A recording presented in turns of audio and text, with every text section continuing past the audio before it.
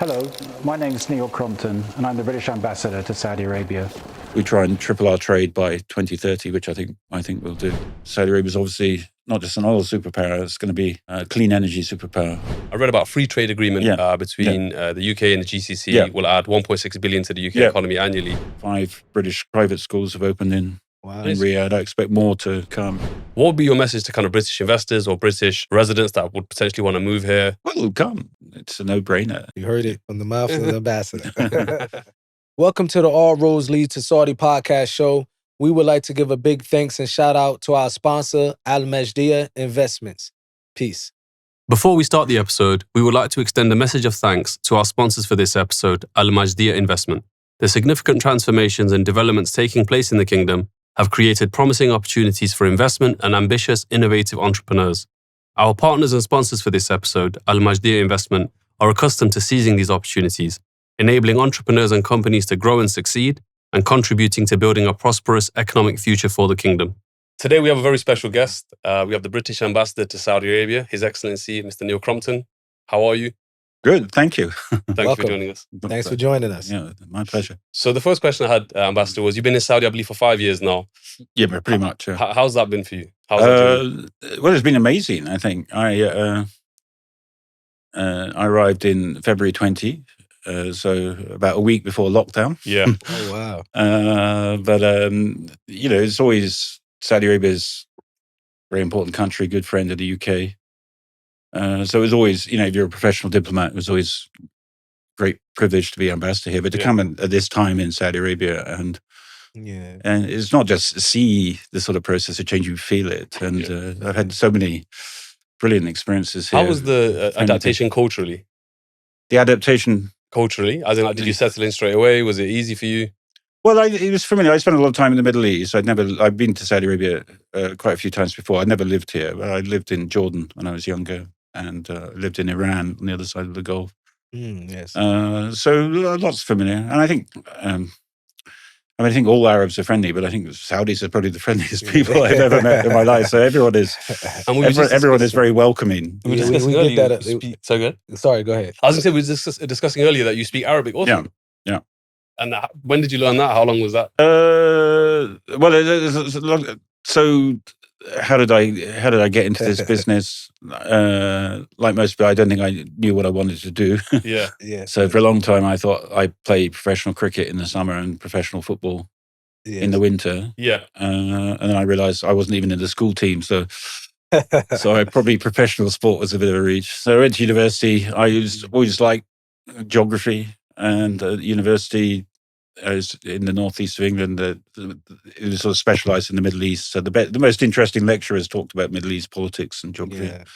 So when I finished, I did a master's degree, and then I thought, I don't speak any Arabic, so I got a job teaching English in Jordan. I wanted to learn, so I started learning, and then sort of kept at it for a few years. Oh, no way. Amazing. Because we've been living here 14 years, 10 years, and we haven't really mastered the Arabic language. You have to work at it, though. I speak a little bit. Yeah. You have to work at it, I think. You have to work at it. And you do have to study. I think, I know lots of people say, I'll pick it up. And no. Yeah, consistency is important. It's a tough language. Yeah. It's a tough language. And ambassador, can you talk us through, how did you get to this position? Like, how does one become an ambassador? Well, it depends in different countries. I mean, in the UK, it's a profession. You join the Foreign Office, you join called the Diplomatic Service. And most people, join in their 20s, probably. Yes. And you do a range of jobs. So we tend to alternate. You spend a bit of time in headquarters, do 3 or 4 years, then go and do a posting overseas. So I sort of worked in London. I then went to Iran as our deputy head of mission. Went back to UK, worked on different issues like Iraq and Iran in London. And then I was in Washington for 4 years. Yes. Went back to London and came, and then you sort of move up and you get promoted, and eventually become an ambassador. And I said, in the UK system, we're all civil servants or officials. In some other countries like the United States, sometimes the ambassadors are appointed by the president and they have a connection to the White House. But ours is a sort of... So it's different. It's a little bit different. Okay. Yeah. And for young people today, that if they wanted to get to your position that you're in now, what would you recommend? Like, would they need to study a particular subject? Do they need to get a particular kind of experience? I think, I mean, the diplomatic service has people, all sorts of different people. So there's no one route, I think. Yeah. I think obviously, kind of, it naturally attracts people who are interested in foreign cultres and working abroad.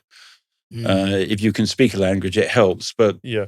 Normally when people join, then if they join, say, in their early 20s, they take a language test, and then they get the chance of, say, specializing in a hard language, Russian or Japanese or Arabic. And then if you've done a language, then normally they keep you in the region a little bit. So you spend 2/3 of your, in my case, I spent most of my career in the Middle East, but most people say would spend half or 2/3 of their career in the Middle East. But they like you to do other things, so you have a broad view. And is there a particular term? Like, is it like a 4-year term, 10 years? No, a normal job is 2 to 3 years. For ambassadors, they normally appoint you for 3 years or 4 years. I've done 5 years here, which is good. I think in a country like Saudi Arabia, continuity is important. Personal relationships are important. And I think partly because my first year was COVID affected. It sort of doesn't feel like I've been here that long. And you're enjoying it. So no, it's tremendous. It's great. I mean, it's great fun. It's a very privileged position.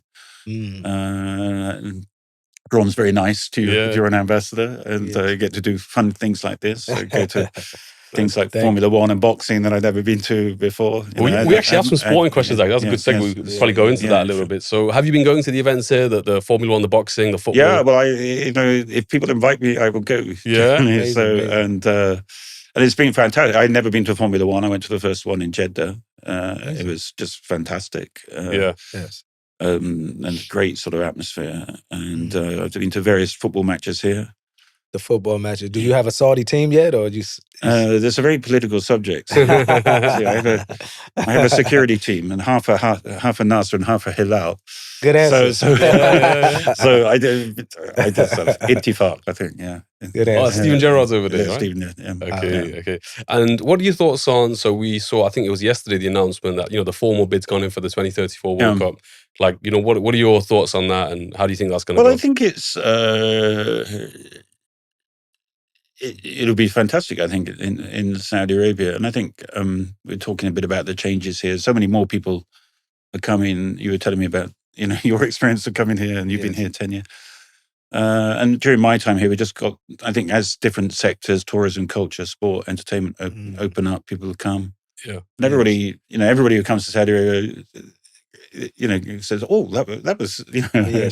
that was a really good experience." And people leave 3 days later, and they come back. So I think, there'll be the two big events, the Expo 2030, and then assuming Saudi wins the 2034 World Cup bid, then there'll be a whole set of different people coming. And we were here when they had the World Cup in Qatar, and I thought that was a sort of very positive experience for the fans. People came and it was different. It was different sort of atmosphere. Sure.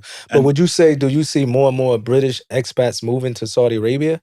Yeah, there's a lot. I mean, there are always. We don't know the exact number, but I think we normally in the embassy think there's about 22,000 residents. A lot have been here for a long time. Yes. And then people always used to come. Some worked in the oil sector, contractors and stuff. But I think what we now see is people coming in new sectors. So at NEOM, there are 450 British engineers. I was at NBC in Al Arabiya yesterday, and they said that they've got, there were 200 Britons working there, or with 200 with their families. But so It's kind amazing. of, they've moved their headquarters from Dubai to here. So many more people. Yeah, and people pop up. Who you don't expect. Yeah. That's interesting.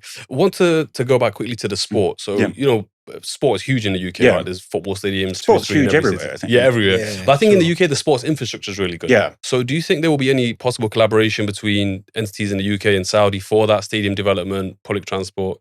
Yes, I think so. I hope so. And, we're talking to Saudi government. We got a lot of experience, and a lot of companies, but sort of also we did the Olympics in 2012. A lot of lessons learned, and there's how do you get the right balance between security and having fun. You know, you went to the London Olympics, fantastic games makers welcoming everybody. Yeah. So I think we want to share those experiences, and I think naturally, sort of British construction and design companies will compete for contracts here, I think. But but there's also one of the nice things I've seen since I've been here, a lot of growing links between our sporting bodies. Yes. You know, as Saudi develops its own thing, there's of course Newcastle United, Saudi purchasing. Saudi, I believe they a partner or own the Newcastle. Yeah, the they're team. majority owner. Yeah, I was explaining to the ambassador before this. I'm learning more and more about football, soccer, as we say in America. It's a terrible decision. Yeah. Okay. Why is that? Because I support the rival team, Sunderland. Which is they should have bought Sunderland. So Newcastle went from here to here. So anyway, so as ambassador, I'm delighted that there's important Saudi investment in the UK. But as a supporter, it's terrible. Wow. Yeah. So it's a bit like Hilal and Nasser. So, you know, so now you can have two teams. Yeah, you can pick the two in the UK. But the good thing is they're talking about regenerating part of the Northeast. And I think that's true, and I think you know, football fans always have rivalries, but it's been fantastic for Newcastle. Yes. You know, and I went to see them. They came out, and when the deal went through, Newcastle was the second from bottom. I went to see them. They came out for a winter training match. They played Ittihad in Jeddah. I went down to see them. Yes. And they all went out and about. All the players, they had a great time, and then they won 5 of their next 6 games. Really, and they avoided relegation. Yeah, and then the following season they got into Champions League. So apparently it's the baked chicken and Zamzam water. I think. Don't tell our secret, bro. It's performance enhancing.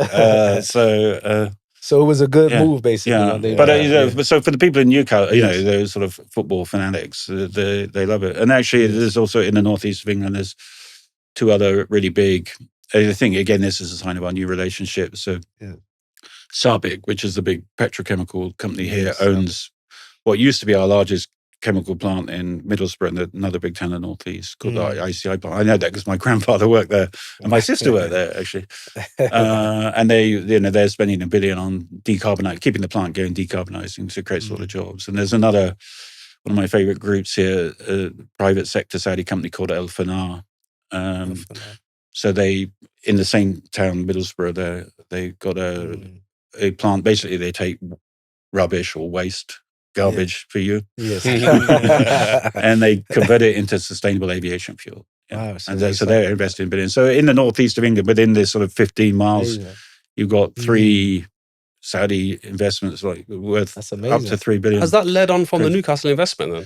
No, the 2 chemical ones preceded Newcastle. Really? But I think there's this nice cluster of interests. And there's and then my town, Sunderland, it's the headquarters of the Esports Federation in the UK, and they have links for the esports here. So this is sort of nice. When you go to the northeast, people say, "Well, Saudi Arabia, that's really positive." No, it's really positive. I think, and I think just sport brings people together, and I think it changes perceptions of people. When Newcastle came out, that's true. For another match last season, there's a plane load of Newcastle supporters came out with them. And I said to the club, "Did you arrange this?" They said, "No, they just came. They just came with us." All these Geordies walking around Riyadh, in thobes and having a nice I seen them with the thobes on. And what about the boxing events, Ambassador? So we saw, 2 of the biggest promoters in the world are British, so Frank Warren, Eddie Hearn. Yeah. What are your thoughts on what they're doing out here? Well, it's very exciting. I said I'd never been to a boxing match, and I saw Anthony Joshua fight Usyk down in Jeddah, which is amazing. Wow. Your first time going to? That was the first time in a professional boxing match. And my son went with me, and he knew quite a lot about it. It was sort of so he coached me. And then I saw Tyson Fury. I had to sit next to the Ukrainian ambassador. Oh, really? That was tough. It sounded like. But it feels like I certainly don't know much about it, but it feels like Riyadh is now the boxing capital of the world. It's a bit like Turkey or Sheikh. It's a sort of. There always used to be some guy from New York or Las Vegas. They pretty much took over. London, they have an event on Saturday, and it's in Los Angeles, but it's under the card of Riyadh season. So they definitely. Terence Crawford, I think, is fighting, and Jerome Miller's fighting also. Yes, and when we were talking about people coming, you see. You go to the Formula One, and then there's a whole group of people who will fly in to watch a Formula One, and they spend 3 days. Yeah, And the the good thing same is for close. boxing. Yeah. Like Saudi Arabia and Europe countries and the Yeah. UK, 6-7 Yeah. hour flight from America. Yeah. It's difficult. So we're It's a long starting to way, see but more British both. and Europeans Yeah. coming. And the really Yeah. big benefit of that is something we've discussed with quite a few other guests is misconceptions about Saudi before you come here. And then when you Yeah. get here and you see how great it is. And, Sort of, yeah. And people, Yeah. and then when they meet someone they like, if a footballer meets a footballer, they talk about football. yeah. Yes. Yeah, True. and so we had the Ferdinand brothers have been here, there, and then others, Yeah. and sort of, so Yeah. Amazing. yeah. Great. Just moving away from Sure. sport a little bit, we have a few kind of economic partnership Oh questions. gosh, So one of the it's light. So one of the things that we read in the National Investment Strategy Yeah. for Saudi is Yeah. increasing foreign direct Yeah. investment into Saudi. Yeah. So as an ambassador, do you facilitate that, investment from Britain into Saudi? Well, I think one of the jobs of the embassy is to try and grow the economic relationship between the two countries. So, a lot of big companies can operate here independently. Sort of small, medium-sized enterprises who've never worked overseas come through the embassy. And we're free traders. Trade is win-win. So we encourage Saudi businesses to go to UK. Saudi investments we're talking about, very important. Yeah. So we want to attract more investment both ways. I think that's win-win, and I think a lot of companies have come. When we talk to the Ministry of Commerce, I think they say that the largest number of sort of investment licenses for European countries come from the UK, and I think my personal view is I think levels of investment are going to go up. There's now, and sort of lots of people came 5 or 6 years ago, and they said that they were very excited to hit Vision 2030. But if you say you worked in tourism, you went to see the Red Sea Islands. Yeah. They're really beautiful. But then they said, where's the electricity? But now if you go, there's electricity and water and infrastructure. So I think there's sort of more investable propositions. And I think people come, and also the economy is doing well here. So it's big business. Yeah. And was that the purpose of Great Futures? Was it to kind of help with that? Or? Yeah, well, Great Futures, just to explain, the government or embassies organise trade missions. So, whatever, we might do something on construction, we bring 100 British companies and 100 Saudi companies will turn up. And then, sometimes you have a seminar, but then the really important bits over coffee, some construction guy talks and says, I want to do a project with you. Amazing. Great Futures was a bit bigger. So this was a sort of flagship trade event. We've only done it, I think we've done it twice. So one was in Hong Kong, one was in Shanghai. We were going to do it in Los Angeles. And for some reason it fell through or it was delayed. And they said, do you want to do it in Riyadh? And so we said, okay. And but it was huge. So we had, the Deputy Prime Minister came and 2 cabinet ministers, but we had 450 companies come. Wow. But what was, I think there are 2 really good things about it. First, we did it in cooperation with the Saudi government. So but of the 450 companies that came, I think 60% were for the first time. Amazing. Yeah. And we deliberately focused it not on traditional areas like construction or oil. It was sort of creative industries. A lot of tourism people came, culture people, museums.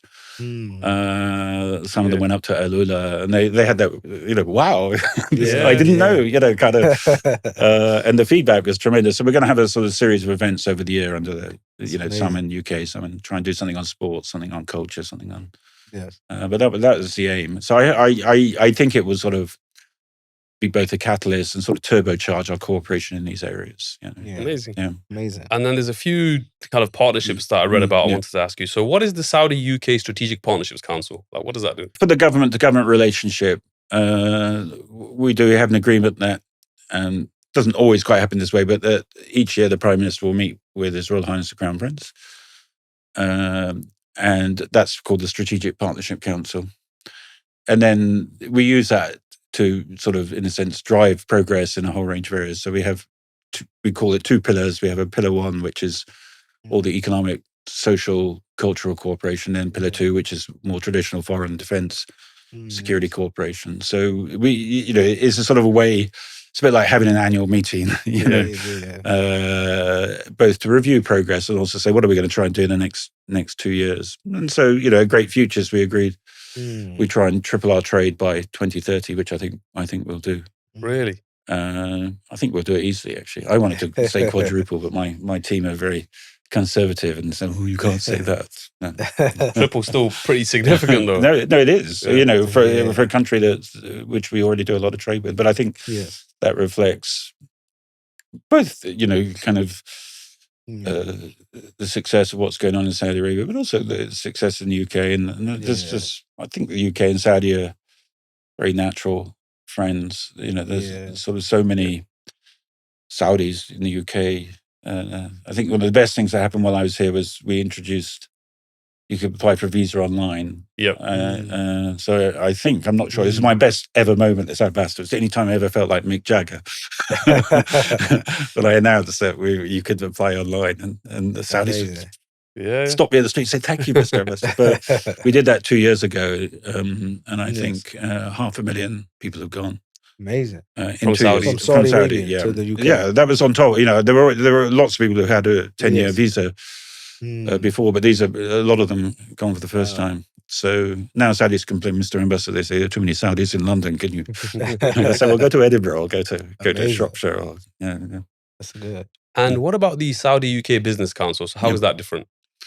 Well, I think that's just a group of companies who get together. It was some seniors from the Saudi and seniors from the UK, and they'll organise events. So they will bring specific sectors together. So I think there's sort of...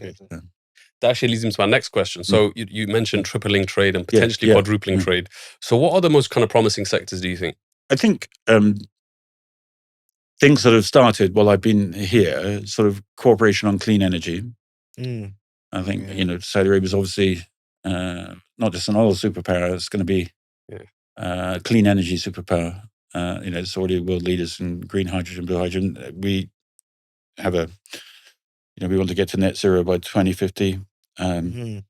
So we're investing heavily in renewables. So I think there's a lot of potential in the clean tech sector. I think a lot of potential in the mining, the critical mineral sector. Saudi's developing its resources. This vast landmass which is not really going, and you need secure supplies of critical minerals to achieve your clean energy objectives. And I think post-COVID, and because of geopolitical competition, everyone wants alternative supplies. And the UK, 4 of the world's 5 biggest mining companies are headquarters in London. London's kind of the financing center for mining. So I think that would be huge.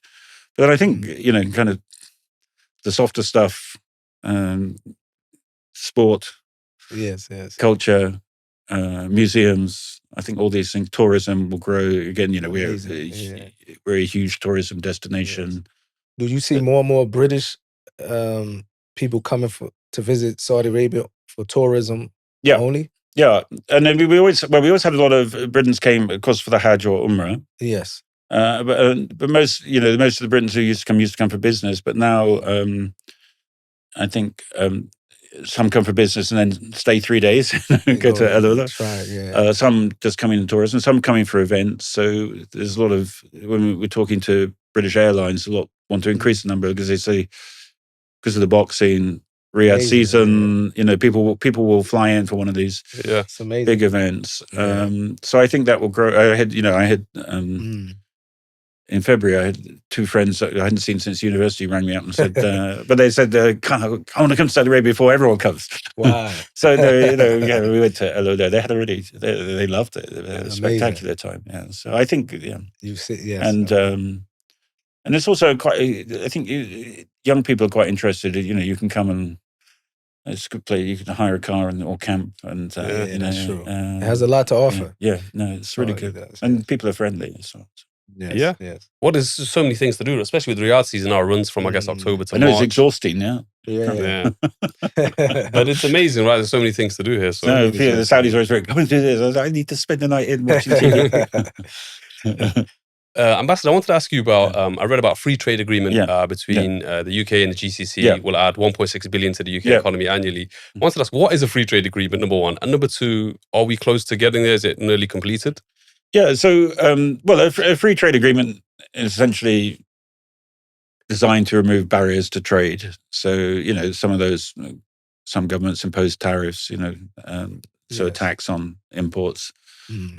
Sometimes there are regulatory problems that cause this. So the free trade agreement is to try and free up trade as much as possible, and bring, in a sense, create a bit of more harmony between the UK system. So the case of the Gulf, the GCC, the Gulf is, for the UK, is hugely important. It's our fourth largest market in the world.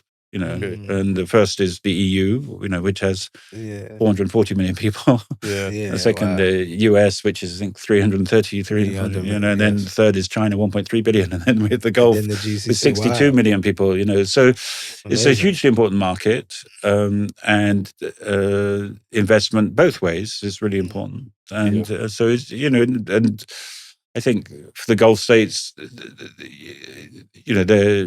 they're open. They want to be open. They want to be competitive in the world. In some cases, they're developing industries, so they need to protect them a little bit for some time. But there's a political desire to do it. I think we were very close to concluding the agreement, and then we had our election. But the new government, the new business secretary, said on Monday that he said there's two top priorities for a free trade agreement are the Gulf and India. So I expect negotiations to start again soon. And I hope to see really good progress by the end of the year. And it increases trade. What was your figure? 1.6 billion. Yeah, that's a lot. Significant. So whatever, if you increase trade by 5% with your fourth largest market, that's good. And that's win. We say there's win-win. It's not just good for the UK. Not just one side is for and it reduces the price of goods for people. So if Saudis are buying machinery or goods from the UK, the price goes down because there's no tariffs. And amazing. So hopefully within the next year or so. Hopefully this year. Oh yeah, inshallah. No, I'm not pushing off. Yeah. Do you have back? I would say cricket, but then my team would tell me off and say don't. Back to the Arabic language. Just a quick question: do you have a favorite Saudi Arabic phrase or word? Yes, I do actually. It's Wallah Magazat. Wallah. What does that mean? Who's going to translate? Wallah Magazat? What does Magazat. And I sort of, before I came, I had some months relearning some Arabic. I had an Egyptian teacher, and he made me play this Wallah, sort of, Wallah, yes. Wallah Magazat means don't fall short. Yes. Magazat, yes. You said you didn't fall. You didn't fall short, but basically means you did really well. Amazing. It's a beautiful phrase. But the first time I heard it was like, the Egyptian guy was like, what does this mean? So it means like well done kind of thing? Like, sort of, Wallah Magazat. You did fantastically. Amazing. Use that today. We're using that today.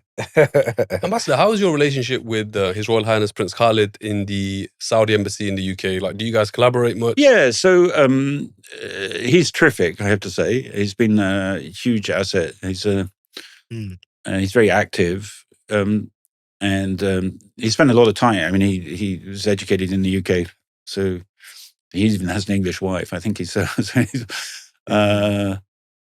but he's very good at explaining. He's very articulate. He's very good at explaining what's happening in Saudi Arabia, on to the TV channel or news or audiences, and he's good. And so we talk occasionally. Both, when the things are going well, and occasionally things are something a bit off. So, what's your understanding? We swap notes, but it's important. Yeah.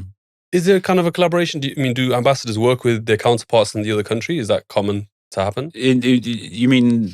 So, for example, would you work with the Saudi ambassador in the UK? Would the French ambassador in France? So it depends on the subject. Occasionally we're doing joint things, and it depends a bit on the subject. So on some of the complicated foreign policy priorities, or sort of different crises in the region, Gaza and tension in Yemen, then we naturally talk to each other. We're all trying to get to the same aim.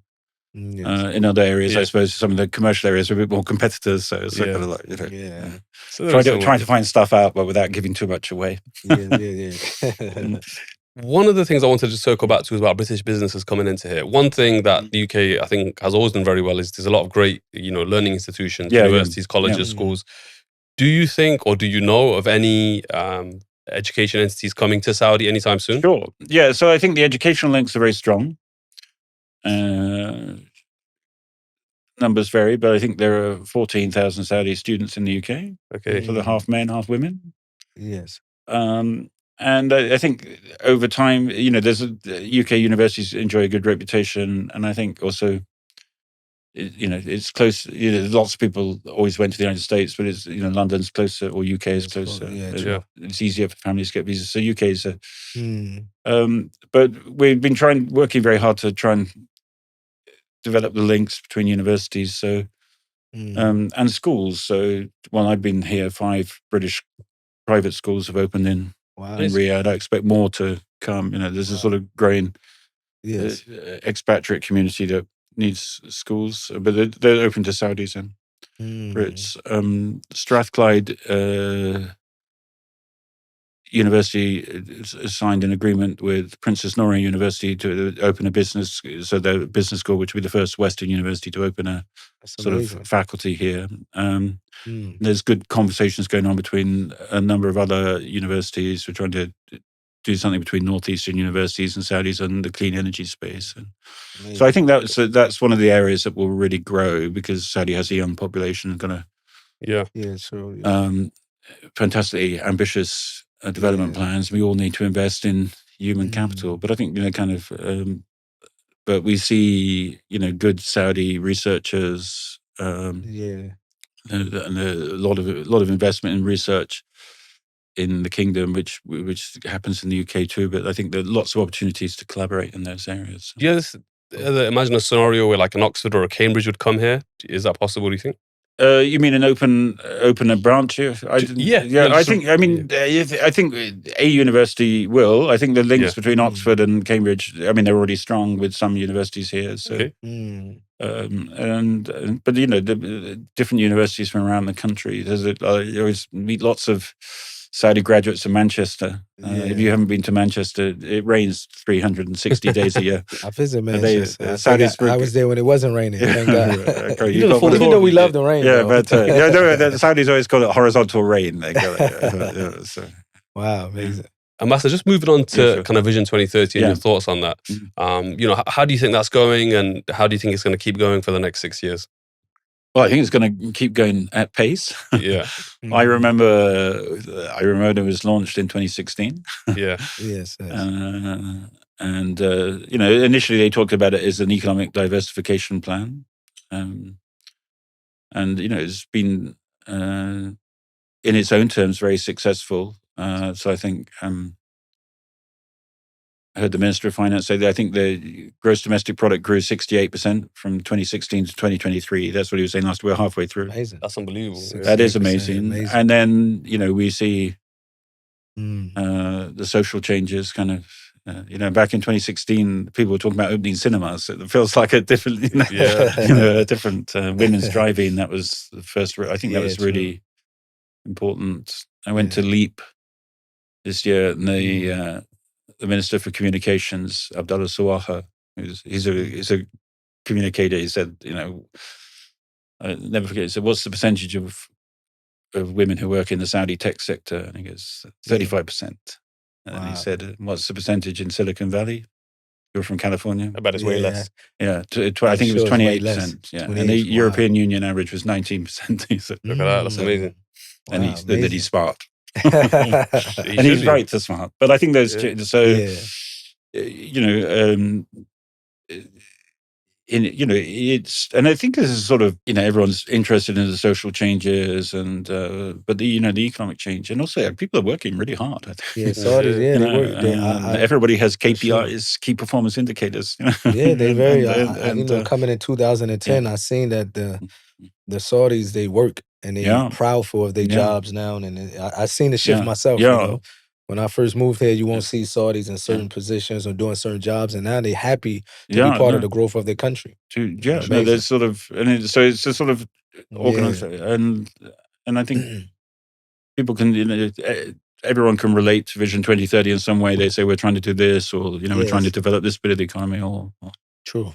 So I think it's a very positive vision. Will the UK play any role in this, Ambassador? Like, will businesses be contributing to this in any way? Well, I think it sort of cooperation between countries helps, and I think so. we feel as UK, we like the vision, and we have a good relationship with Saudi Arabia, and we think that sort of cooperation, if it helps, if we're helping invest here or organizing sporting events, I think that contributes to it, and it just sort of. But I think our political leadership could see that this was important. And do businesses reach out to you? Like, is that a common occurrence for somebody to reach out and say, we want to grow into Saudi? How do we do it? Yeah, a lot. Not just to me, but through the embassy, and I think at different levels, as I said, so, kind of at the very senior level, CEOs might be coming to look for the first time, and they come and say, tell me about Saudi Arabia. Yeah. But then for sort of smaller companies who don't necessarily have haven't been in an export market before, then they come to the Department of Business and Trade people in the embassy, and who can sort of connect them with a company that might be interested. Yeah. Amazing. Great. And then just the last couple of questions. So the Expo 2030, you referenced it earlier. Yeah. What are your thoughts on that? And also, will any UK businesses be contributing towards this? Well, I think it's going to be a big event. I went to one expo many, many years ago in Seville, but they attract a lot of people. There's a chance, I think, for the kingdom. They were very keen to do it in 2030, which is a magic year. Milestone, yeah. So I think they'll put on a good show. The Saudis put on a good show.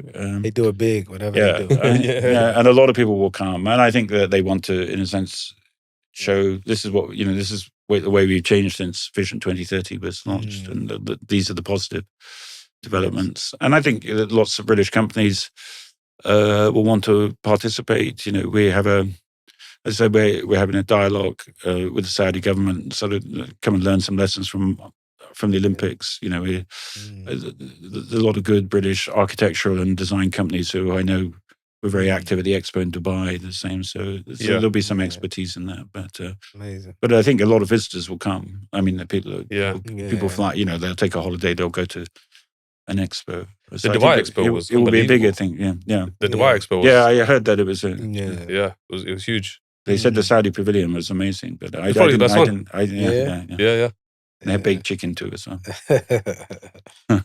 And that's my last question is about, so we saw the premium residency was introduced to Saudi recently, and we know that the law is changing on foreign investment, also foreign ownership of properties in Saudi. What would be your message to kind of British investors or British residents that would potentially want to move here? What is your message to them, I would say? Well, come. I always say to people that haven't come, lots of people ask me, and I said, well, there's no substitute for visiting. True. And lots of people, it's the same with every country. Lots of people have preconceptions, and then they come to Saudi and true. So I think that's good, and I think lots of companies say to me, should I open an office in Riyadh? I say it's a no-brainer. If you look at whatever you read, The Economist at the end of the year, their annual review, and then look at the countries, or they're doing well economically. The Gulf is booming. Through what has been a difficult few years. So I just think there's so many opportunities here now, and also I think it's not just the opportunities for. People come and have a great experience, and I met so many people who came for 6 months, and then here 12 years later. 12 years later, true. You talk to people working on some of these big projects. They say kind of NEOM. They say this is true. Wow, kind of this is the most exciting environmental project on the planet. Or if you're doing sports or something, or culture. Well, yeah, I mean, if you look at anywhere else in the world, who's doing the number of giga projects, Riyadh Season, all these other smaller PI projects that are still massive, the Middle East Soundstorm, Sports Boulevard and these things like that, so. Yeah. That's true. So the message has come. Yeah, I think, if you can see, if you think there's an opportunity, you can come and have a look. And at the very, even if you decide you don't want to come, you can have a nice time. You will still enjoy yourself. You heard it from the mouth of the ambassador. Do you know, ambassador? So this is the real last question. Do you know, is the foreign law changing anytime soon? Because I know it's been announced that people can invest here for real estate. Yeah. But have you heard anything? I haven't heard anything more than you've heard. I mean, I think these things all sort of work through the system, and then suddenly and they come. Yeah. But I Yeah. think that would, that would be big. That would be important change for people. I think. It will be. Inshallah soon. Yeah, Inshallah. inshallah. That's it from me. I don't know if you have any questions. That's it. We really appreciate your time. No, it's great. Thank you. And we hope to have you again or see you Yeah. again over Sure. some ribs. No, quite. Yes. Invite you to Smoky Bears. You were saying Smoky earlier. beers. We got to Yes. bring Yeah. you. Okay. Yes. Yeah. No, that sounds good. No. Okay. Thank you so much, Oh, my Ambassador. pleasure. your No, time. really nice to Appreciate talk it. to you. Likewise. Thank you. Thank you.